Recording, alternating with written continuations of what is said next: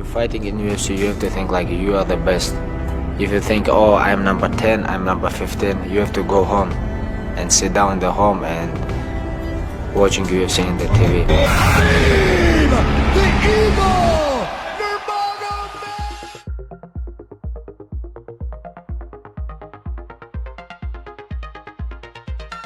Bo Nickal baru saja meraih hasil positif saat bertarung menghadapi Val Woodburn pada UFC 290, Minggu, 9 Juli 2023. Dalam pertarungan tersebut, Nickal berhasil menang TKO dalam kurun waktu 38 detik berkat pukulannya. Kemenangan ini pun membuat Nickal telah mengumpulkan 2 catatan positif di kompetisi UFC. Mengingat, sebelumnya ia telah berhasil menaklukkan Jamie Pickett pada UFC 285 lalu dengan cekikannya. Namun, baru saja meraih kemenangan keduanya di UFC, petarung yang pernah berlaga di Dana White SC Contender Series ini mulai pongah. Nickal mulai berani meremehkan Dricus Du Plessis yang notabene-nya penantang gelar. Di kompetisi yang sama, Dricus Du Plessis juga berhasil tampil gemilang. Dricus Du Plessis sukses menaklukkan Robert Whittaker dan mendapatkan pujian dari Nickal. Oh, terlihat seperti Dricus akan mengalahkannya. Itu gila, angkat topi untuknya, saya merasa seperti saya sangat menghormati Whittaker. Dia adalah pria yang sulit, tapi ya dia menyelesaikannya, tutur Bo Nickal.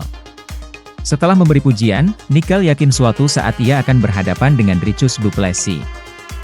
Meski laga itu tentu tak bakal langsung terjadi, mengingat Du Plessis kini adalah calon penantang gelar juara menghadapi sang raja kelas menengah, Israel Adesanya.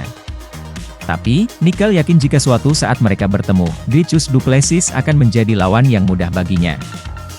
Itu adalah pertarungan yang pada akhirnya akan saya alami, saya yakin. Saya tidak tahu dia mengalahkan sang juara, tapi, Anda tahu, saya yakin kami akan bertarung. Dan saya pikir itu bayaran yang gampang bagi saya, terangnya.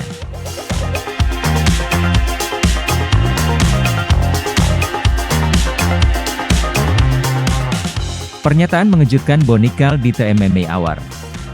Bo Nickal hanya membutuhkan 38 detik untuk mengalahkan Val Woodburn di UFC 290, tetapi penyelesaiannya yang cepat belum tentu menghasilkan perubahan haluan yang cepat untuk pertarungan berikutnya.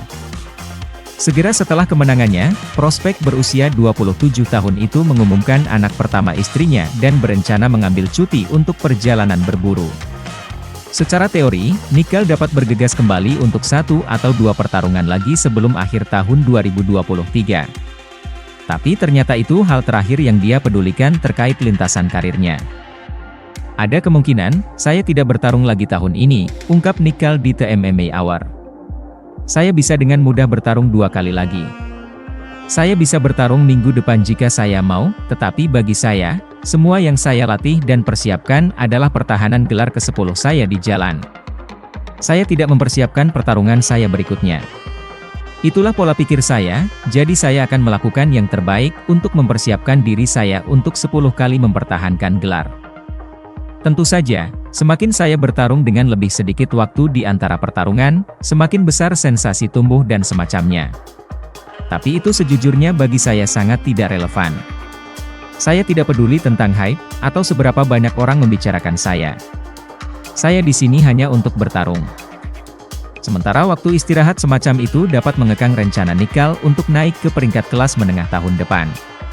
Tapi dia juga dengan cepat menunjukkan aktivitas yang dia lakukan selama setahun terakhir. Nickal baru saja menjadi profesional pada Juni 2022, dan hampir 13 bulan kemudian, dia sudah menyusun resume 5-0 yang sempurna dengan 2 kemenangan di UFC dan 2 kemenangan di The Contender Series. Semua kemenangannya datang di babak pertama.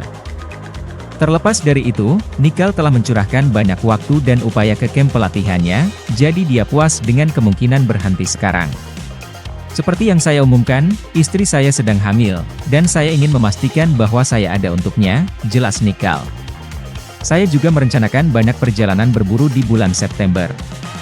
Saya akan berada di New Mexico, saya akan berada di Alaska, saya akan berada di Colorado, dan saya akan berkeliling. Kita lihat saja nanti. Sangat mungkin saya bertarung lagi tahun ini, tetapi saya akan berada di sana menjadi lebih baik. Saya menjalani 5 laga dalam 13 bulan terakhir, itu cukup sedikit, jadi saya pasti ingin terus menjadi lebih baik dan berkembang dan meningkat. Jadi kita akan lihat apa yang masuk akal. Nickel bersikeras bahwa dia punya banyak waktu untuk tumbuh dan berkembang di UFC, yang merupakan alasan yang sama dia belum memanggil lawan peringkat 15 besar dulu. Aku tidak terburu-buru, kata Nickel.